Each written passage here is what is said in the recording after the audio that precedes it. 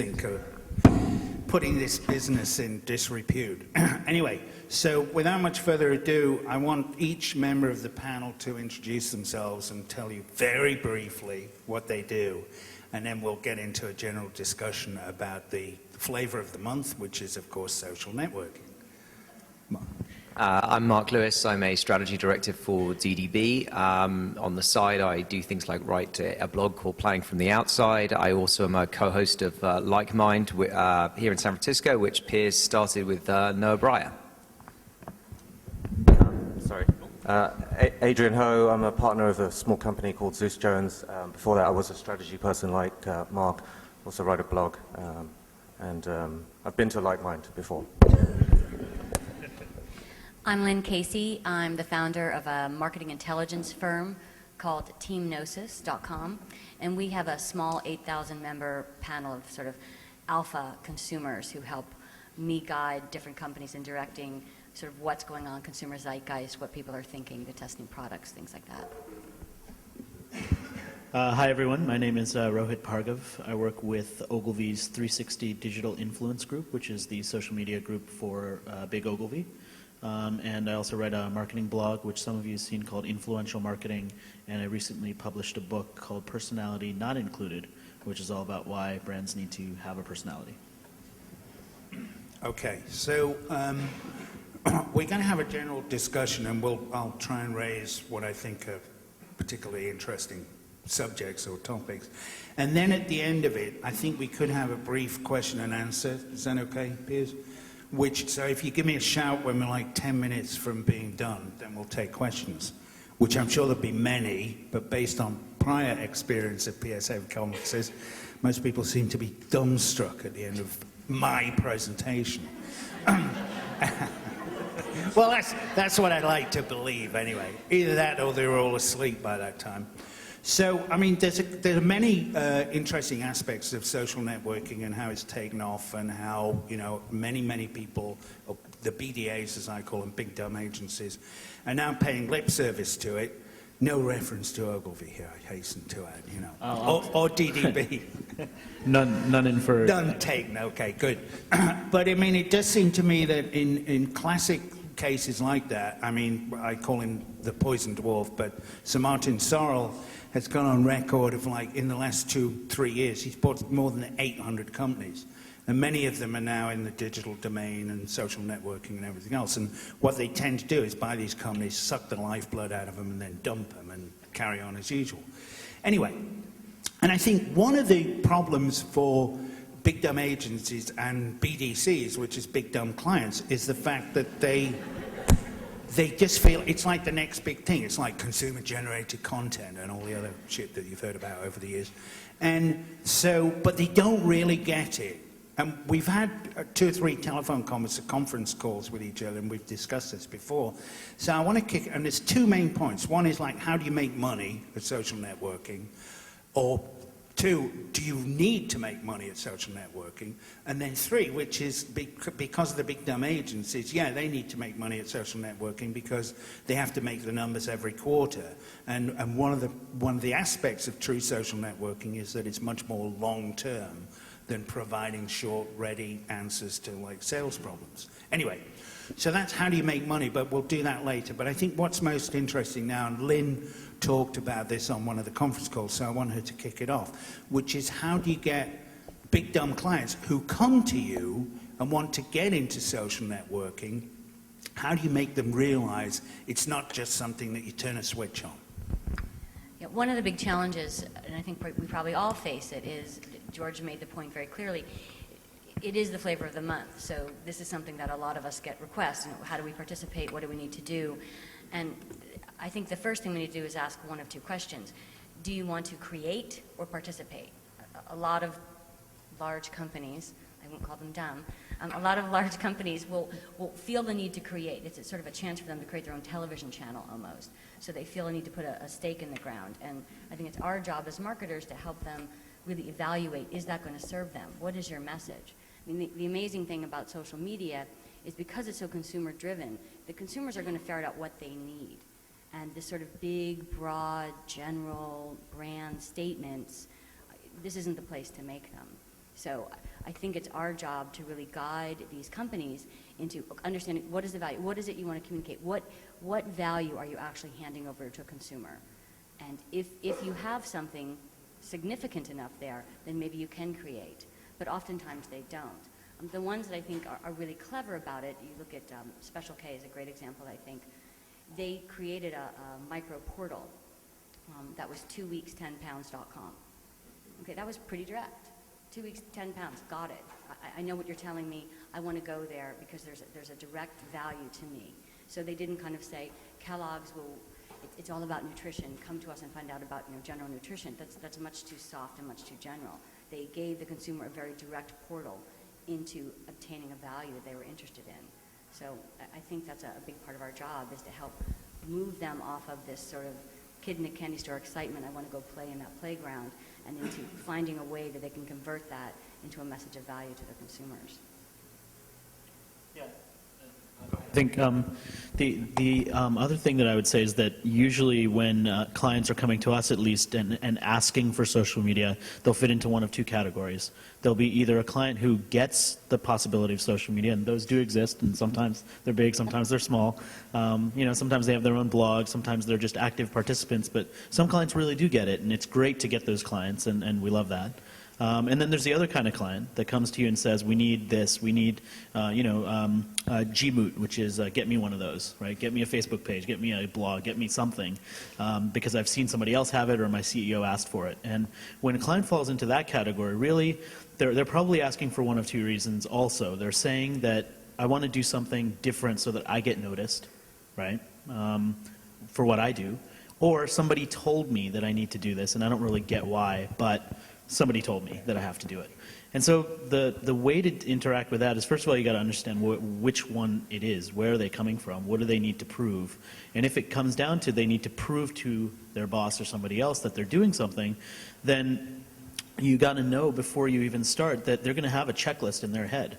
And so as any agency person, you're going to want to approach them strategically if you're good at your job, and you're going to want to say, here's the long-term vision, but you got to address the checklist in their head. So for example, if you're doing that and there's a strategy and you don't tell them what you're going to do with Facebook, and that's their checklist item, then you're never going to get through to them. So you need to understand where they're coming from, what their checklist is, so that you can then elevate it to what Lynn's saying, which is get them to think a little bit beyond, oh, this is the latest thing, so we just want one of those, and forget the other stuff. We'll do that in phase 2, which never happens. Yeah, I think the phase 2 thing is really important because, I think the biggest hurdle almost is, this is not a medium, or in a traditional sense, and it's about getting over that almost project mindset. You create a printout or a TV ad, now that's done, that just runs, and I don't really have to do anything. And social media is more continuous than that. It's something you have to constantly kind of work at. So actually that's a mindset and business model shift that has to happen both at the cliency and the agency level. And it's almost like you want to say to people, well, why don't you take a little bit of money and go and do lots of little things and see what works, and invest that continually, and keep building and keep building and keep building, and almost like run that as a separate project until you find what works and how that works and fits into your model, rather than saying, I need one of these, or I want to play in social media, and then that's done, and now on to next year's plan, which sometimes you find. Yeah, I guess we were having this conversation in the back room, and I was sort of sitting there listening and thinking, maybe I have a different definition of social media, but I sort of think of social media as very strictly, conversational media, like Facebook, Twitter, those sorts of things. And I recently had a conversation with one of my clients about using Twitter, and my advice was just go do it, because I can't really tell you much more than that. And you're probably going to be as good as I am at it within a few weeks. So some of this conversation to me is about social media in that strict sense, and then the rest of this conversation is about sort of digital campaigns, and those I just think it's helpful to separate those two. I think it raises, your thing there, how do you actually define social media? It's like, trying to put fog in a basket or something. I think the best definition was, I just made that up, that's pretty good. Yeah. Well, it's San Francisco fog, you know. And I think the best definition is Stephen Fry. Anybody know who that is? The English actor and author. He was like Jeeves and Wooster and all that stuff. And he defines social media as people talking to other people who have common interests. And that's it, really. I mean, you don't need to bloody lard it up and make, well, you do for clients because they're too stupid, you know. But anyway, or you have to give them justification for spending some money. But it then raises the question, I mean, what Mark said, like, who at the client end, whether they be big or small, who should be responsible for the social media program? Obviously not the marketing guys, because they don't get it. So is it PR? Is it what? I mean, I think you were talking about that. Right? Well, I mean, I can come at it from the point of view of PR, because in PR a lot of times, we were kind of talking about this before, that social media has had a natural fit in PR for a number of reasons. I mean, one, because a lot of engaging with bloggers, what's now being called blogger relations, which as a blogger I don't really like that, but you know, that's what the term that people are using, is outreach based. You can't just go off and buy it, right? You need to build a relationship, which if you think about it is very similar to what PR agencies do with reporters already, to try and get them to write about their stories or to find something interesting. So yes, a lot of the innovation is coming from PR, but I think to answer your question of who should own social media, in most cases in any sort of organization, it's going to be the person who's most passionate about it.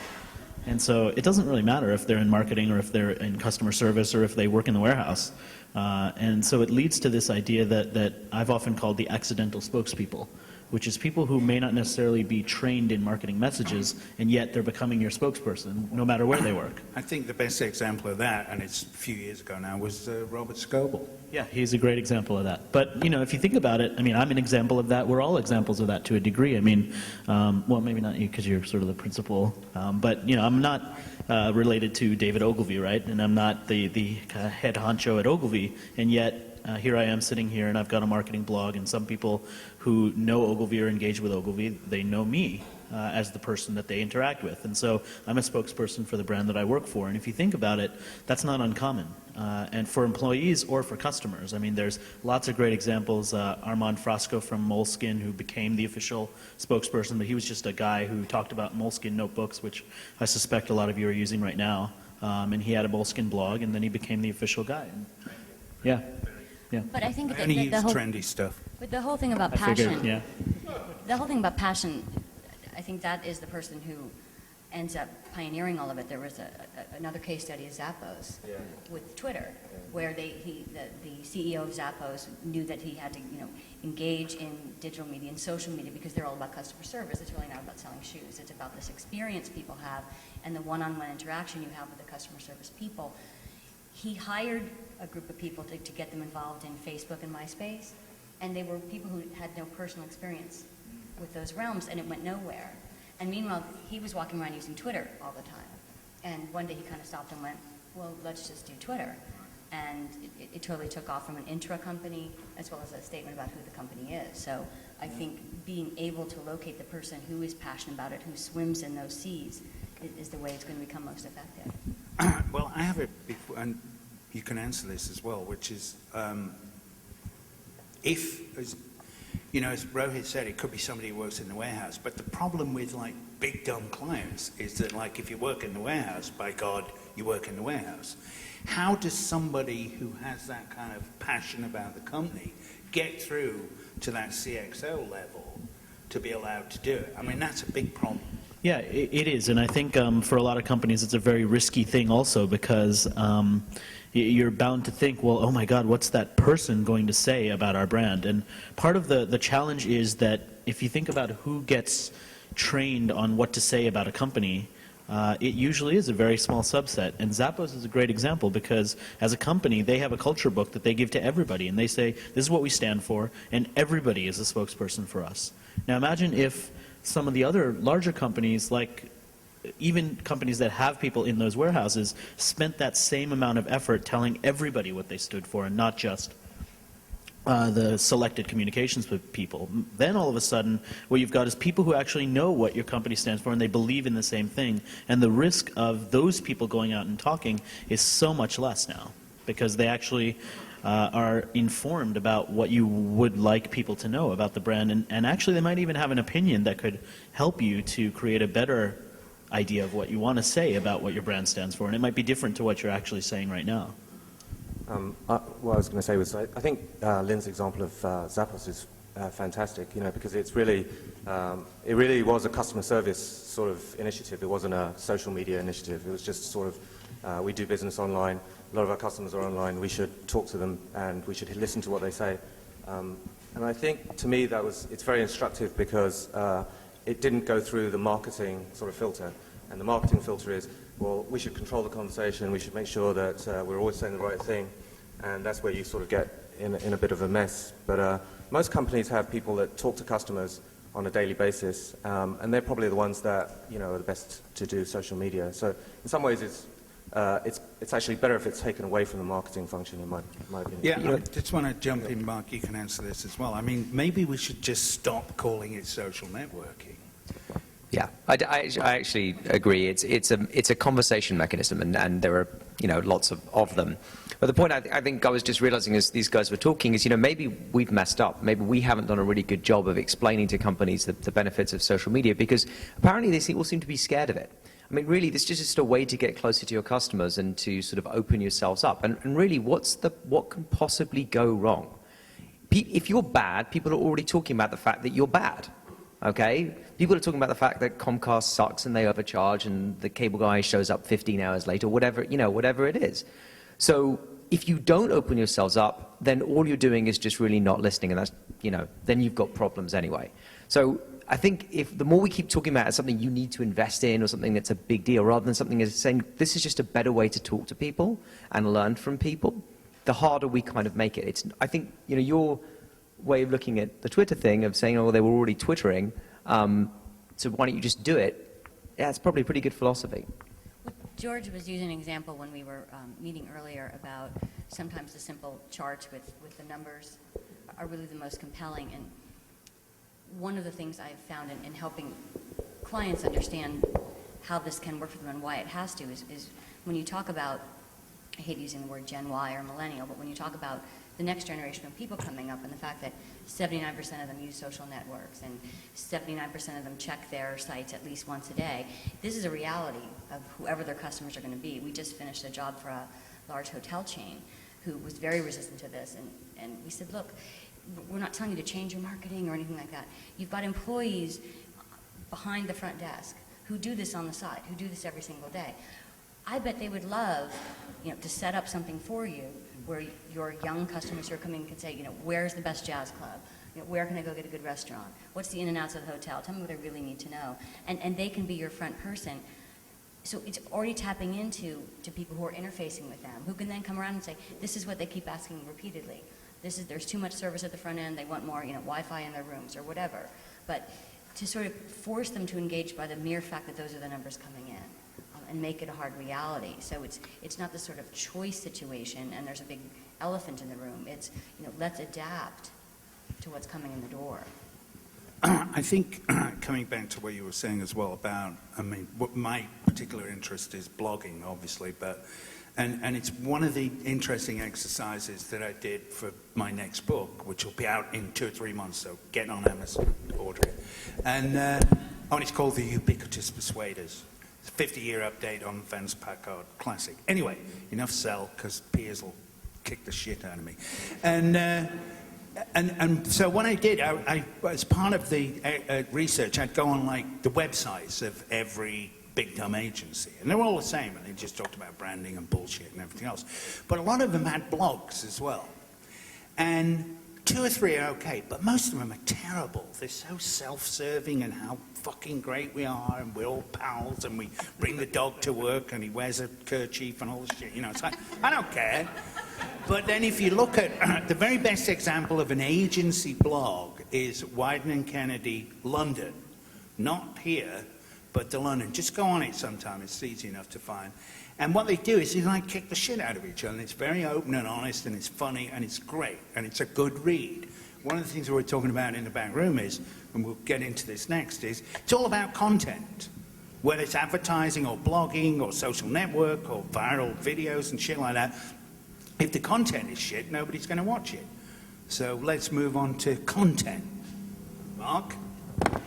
You know what, just to give more context to the discussion, I mean, I think it's interesting that if you can build a social network, you can build a video, and if it's not interesting, no one's going to come. So it's more important to be interesting and find an interesting, you know, and find a good way to distribute it in a way that people can add to what you're doing.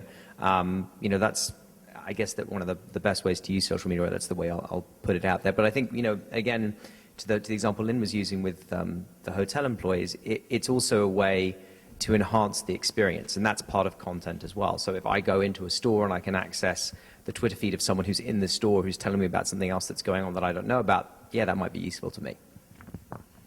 I think the other thing is when it comes to content, really what you're doing is you're giving people a reason to pay attention to you beyond here's our marketing message or here's our sales message. You're actually offering something of value, and that's the benefit of doing something in content. And it's something that we've tried to do with our website, the Ogilvy PR website. There's a blog on there. There's questions. It's very tag oriented, so you can go into a question and ask a question and get an answer. So it's it's meant to. Ogilvy is one of the few BDAs that seem to do it right.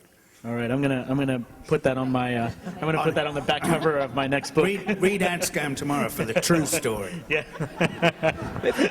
but I think I think the other thing is this big question of ROI, right? I mean, what's the ROI of blogging? And not to answer a question with a question, but that's what I'm going to do, which is what's the I? It's not money, right? Because you can start a blog for $20. So the I is actually time. The time that it takes to go in and start a blog and write a blog and foster it and keep it up to date and not nurture it, not to make it sound like one of those little toy pet things where you got to keep feeding it, but it kind of is. I mean, it sometimes is. And so the real question is, what's the ongoing return that you're going to be able to get from a blog, and is a blog the right thing? And I'm not one of those guys that stands up here and or goes off to a client meeting and says to every client, you need to start a blog, because for a lot of them, having a blog is the absolutely wrong thing for them. And so there's other ways of having content. Just to break in there, I mean, I get a lot of mail off the back of my site. I actually do 3 blogs, but Ad Scam's the main one. And that's the one where I swear all the time, so that's the most popular. And I get letters from because people of Google, saying, right?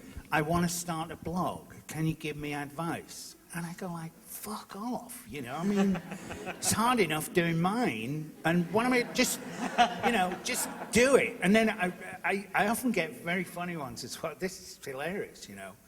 And it's often from people in technology companies and agencies and stuff, and they say, you always have like great pictures on your blog. Where do you get them? It's like, hello? Ever heard of Google Image? Jesus. But it's...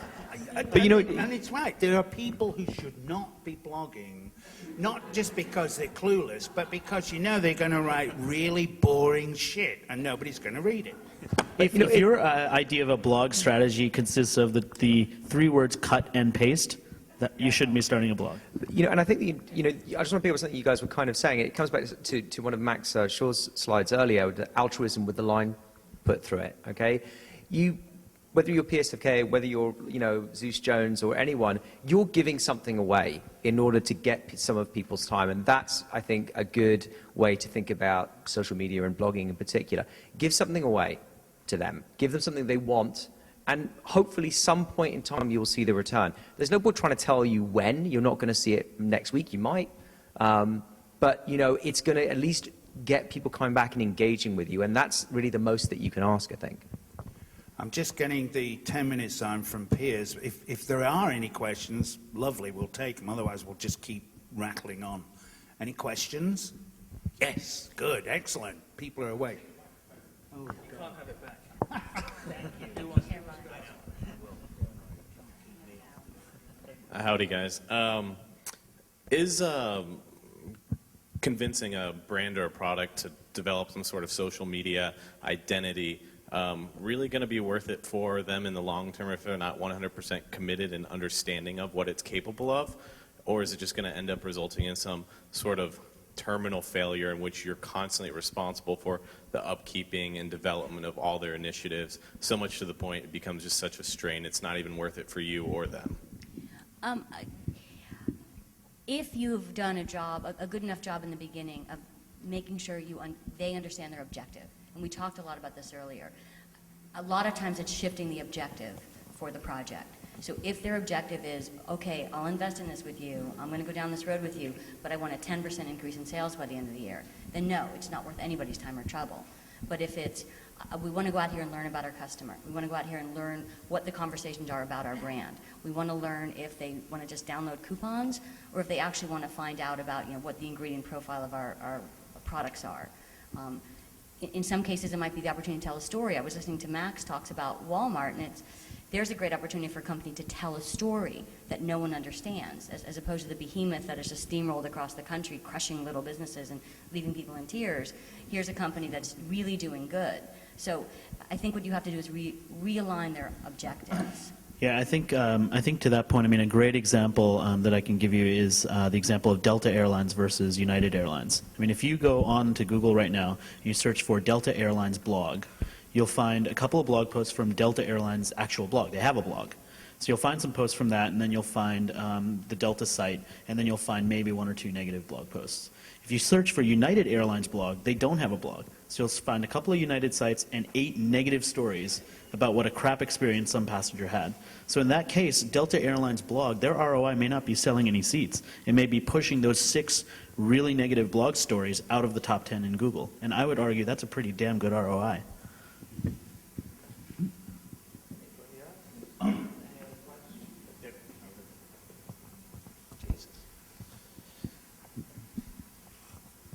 Actually, I'm surrounded by a lot of young people who are coming out of college right now, and it seems to me there's a whole new level of careers that could be developed. Because I'm thinking of several of my clients that are not capable of doing this. They need to, but there's nobody in their firm that could do it, be passionate about it. And they have customers that could be passionate for them, but they would need to hire somebody to do it.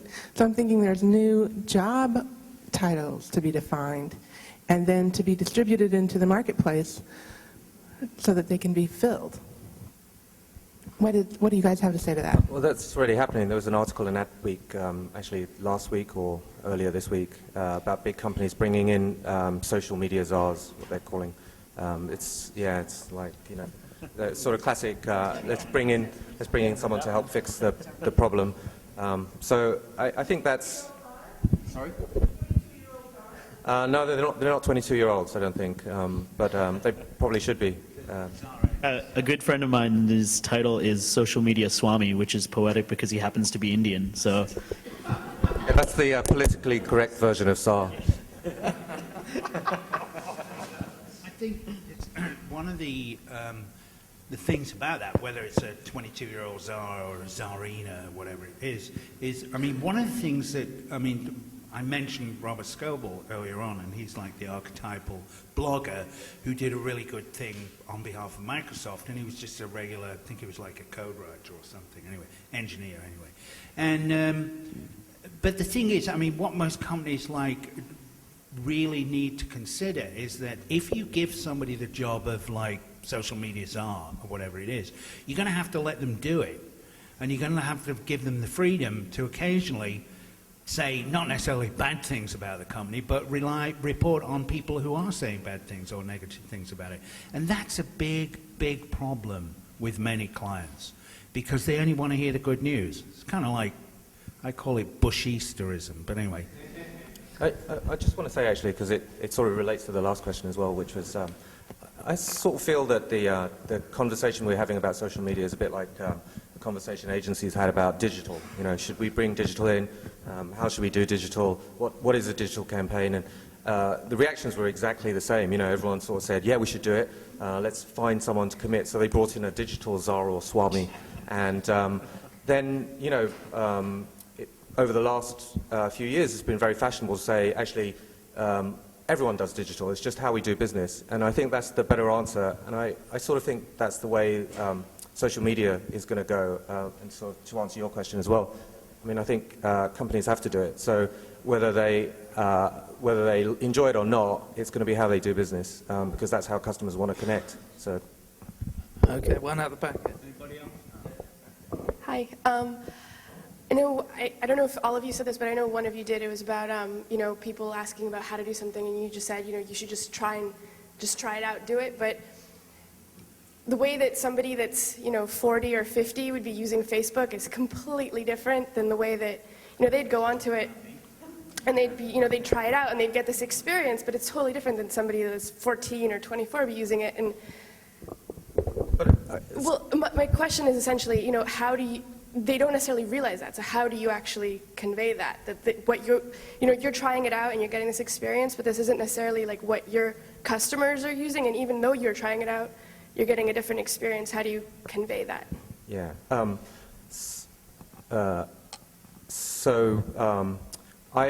You know, one thing I didn't say when you were sort of talking about content was, and I sort of feel like a dictionary maybe a bit because I slightly different semantics, but I think social media is not about connecting with content, it's about connecting with people, and it's the people that I really want to connect with, it's the people that I care about, it's their personality, it's their, you know, it's them that I'm interested in. And so I think it's fantastic if you're 50 years old or 40 years old, and that's the personality that comes through for the company, because that's clearly, you know, that's what's helping define the personality of the company, or that. So there isn't. I don't think you have to necessarily be 20 years old in order to be using it properly. You're just going to use it differently, which is great. I think a good analogy is it's really the same thing as a car. I mean, just because you sell two people the same car doesn't mean they're going to drive it to the same place. Actually, my mother, who found out I was coming to this conference, said, you know, you should talk about people my age, and she's 67, I think. You know, and how can we do this? You know, how can we, you know, I want to be able to connect with people. She's someone who lives in Europe, but is from the US. She wants to connect with people. There are things about Facebook that intimidate her. So why hasn't someone, you know, gone out and done that? There's no reason why an age should make a particular difference if the user experience is done in the correct way. And I think that's the key with any good website, that the user experience matches the needs of the audience. And one more piece to that. There's a great opportunity for companies to really activate and engage and keep connected their young workforce that's coming in by having them in the position of helping to educate the rest of the company. Deloitte has done a really good job with this, where they're very young people that come in, partner and give seminars to the senior executives. So they get sort of face time, they get exposure, they feel like they're contributing, which is, you know, a big Gen Y issue. And on the flip side, the company starts to learn in a very hands-on sort of way about how to be digitally literate. So I think there's a lot of ways that this can work in such a positive level in so many ways. Oh, down to me. Yeah, I think, I mean, that's a good point about, and as Rojas said, you know, it's like, it's the same car, but people drive it differently. I mean, I'm like ancient, but I'm a blogger and a big social networker. I mean, I hate MySpace. Jesus, it's like a art director's nightmare. And I'm sick and tired. I get like so many requests to be a friend on Facebook, and I don't know any of these fucking people, you know. And they keep sending me virtual martinis and teddy bears, and it's like, go away. So yeah, but I use Facebook and I use LinkedIn as well, and actually LinkedIn I've actually had a couple of jobs via LinkedIn, so you know, I'm not knocking it, but like MySpace and that other shit. But that's a matter of age. I mean, you go on MySpace, I mean, it's like you can't even read half the shit on there, but obviously it's huge. And now it belongs to the Wizard of Oz, so he's cleaning up, and all you get on it is bloody Fox News ads. Anyway, thank you all. Okay. We enjoyed it.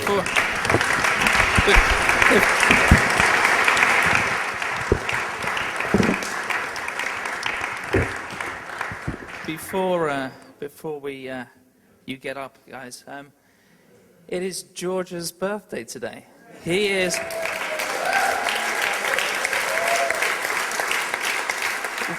108-year-old blogger. So I wonder whether we can sing him happy birthday. I think that'd be a nice thing to do. So, happy birthday to you. Happy birthday to you. Happy birthday, dear George. birthday to you.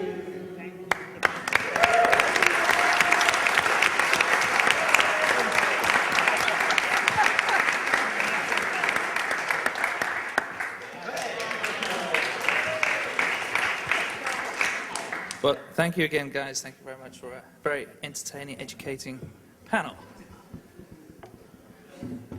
There's alcohol in that, George.